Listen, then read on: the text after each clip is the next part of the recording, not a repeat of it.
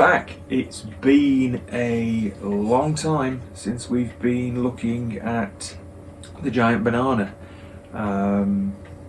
Had a bit of an issue with the PLA that I was printing at the time and the colours, because I was trying to print it actually in the colour segment.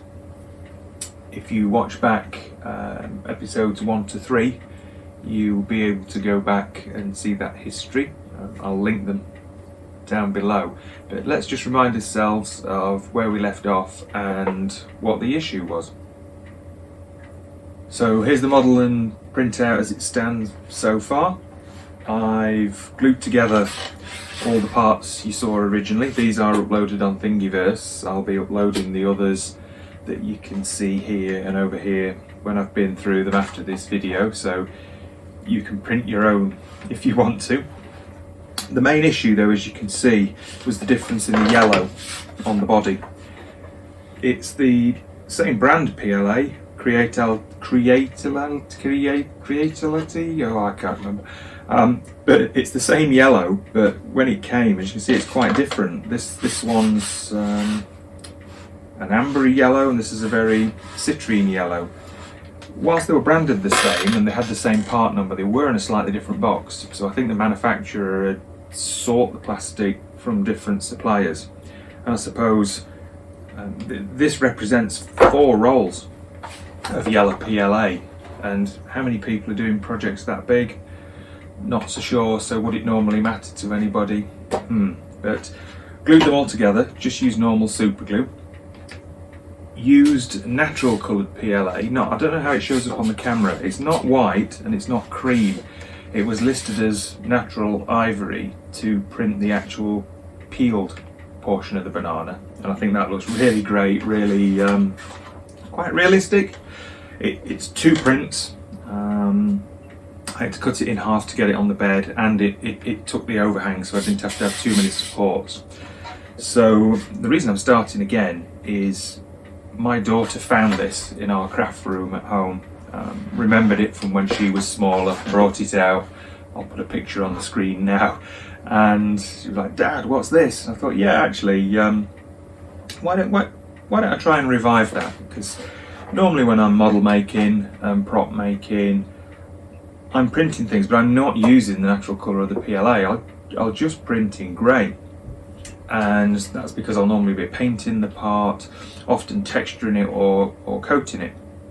Whereas with this, the idea was just to do a print. But I think actually I might be able to do some light painting on this yellow, just to blend these yellows together, make the colour shift part of the model or natural, because I'm thinking I also want to maybe add a wash to this just to give it a bit more depth and get into those creases. So this is where we are so far. And the main thing missing obviously now is the arms and legs and the sword and shield that you saw printing at the start of the video.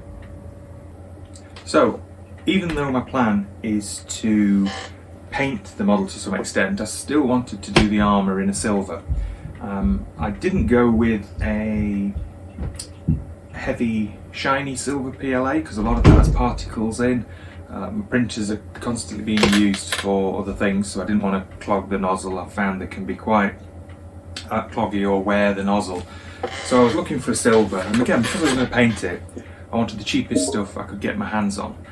I ended up using this stuff, which I'd never heard before. Not sponsored by these guys, but I do recommend this filament. It's made by a company called Zero, and I only found them by going on Amazon and looking for the absolute cheapest silver PLA that had reasonably good reviews, and I think it had a 4.5 or 5-star review. It was actually the cheapest in the list. It is that silver that's almost like a light grey. I mean, it does have a slight sheen to it, so I'd class it as silver, but it's not a shiny silver. But it ended up printing really well, and to do all the arms and legs, the weapons, the shield, on a half-decent infill for a model this size, I could do it.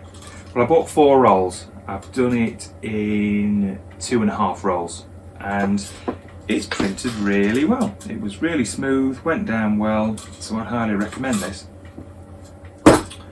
Got most of the parts done now. You saw the sword. the sword doesn't actually have the handle. I've done a Boolean difference fit with the arm and the hand, so it literally will clip together, he says, in his hand for when I come to glue it. Oh, there we go.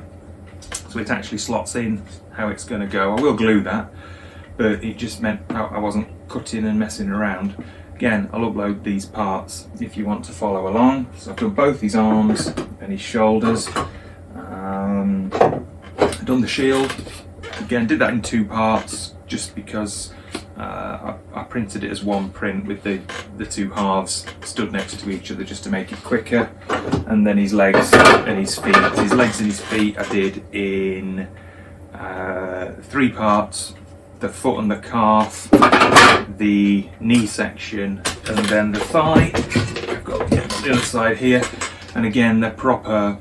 I got the part, and instead of just hacking it off at the body, I did a Boolean difference to get the actual body silhouette shape out, so that when I come to glue it together, I'm not wondering where it went and where it came from.